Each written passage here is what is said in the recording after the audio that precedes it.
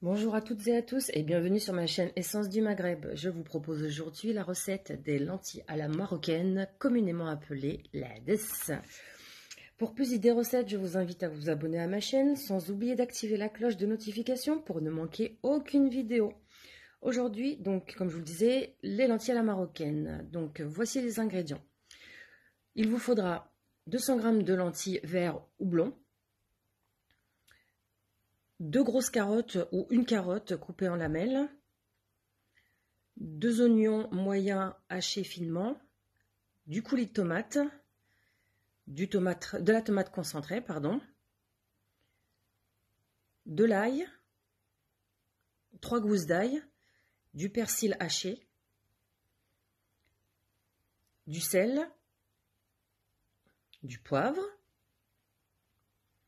du curcuma,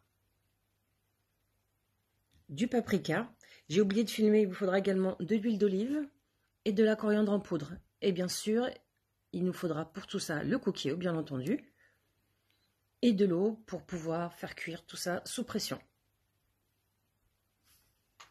Pour plus d'idées recettes, je vous invite à vous abonner à ma chaîne.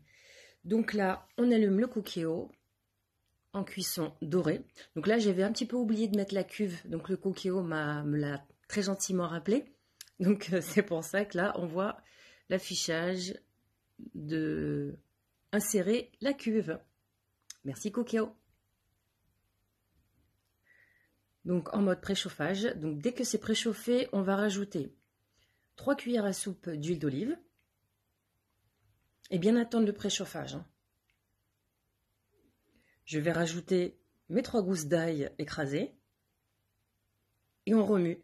Surtout on remue assez régulièrement puisqu'en fait ça a quand même tendance à accrocher. Je vais y rajouter donc mes 2 oignons hachés. Et on continue à remuer.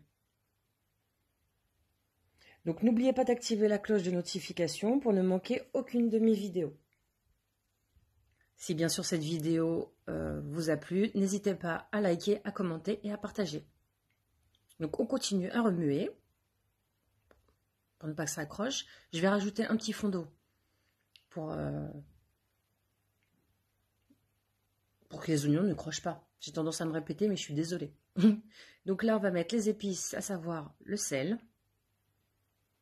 le curcuma. Je vous mettrai bien sûr tous les ingrédients en barre d'infos.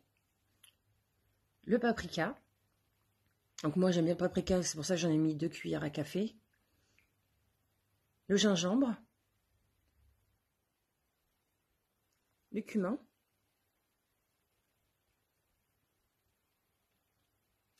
La coriandre en poudre. Je remue. Et le poivre. Excusez-moi, j'ai oublié le poivre. Là, je vais y rajouter donc mes carottes. Je remue.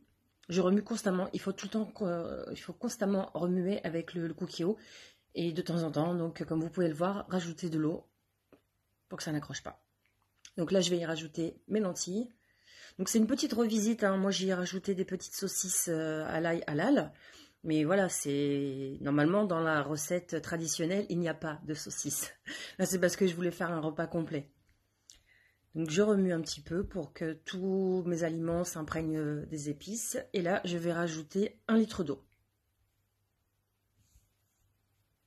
Je remue.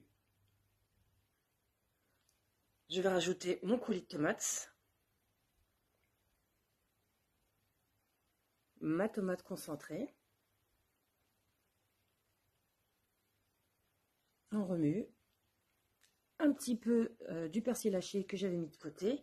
Et je garde le reste pour la fin, une fois que les lentilles seront cuites. Je remue. Et donc là, je vais programmer sous pression 20 minutes. Et là, on laisse le cookéo faire le travail. Donc, une fois que les 20 minutes sont passées, voilà le résultat. Donc, on remue. Donc, voilà, la cuisson est vraiment parfaite. On a l'impression comme ça que c'est liquide, mais pas du tout. C'est vraiment le juste milieu. Puisqu'après, en refroidissant, la sauce va un peu s'épaissir. Si vous souhaitez quelque chose d'un peu plus liquide, vous rajoutez de l'eau. Si vous voulez quelque chose d'un peu plus compact, vous remettez un petit peu en cuisson dorée et l'eau va s'évaporer. Donc là, je rajoute le reste de mon persil. Pas la totalité, parce que je pense que j'en avais mis un petit peu trop.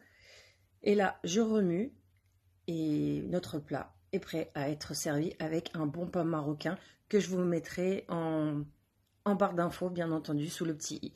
Et voilà notre plat de lentilles à la marocaine, surtout dans cette période de froid. En hiver, c'est vraiment très très excellent.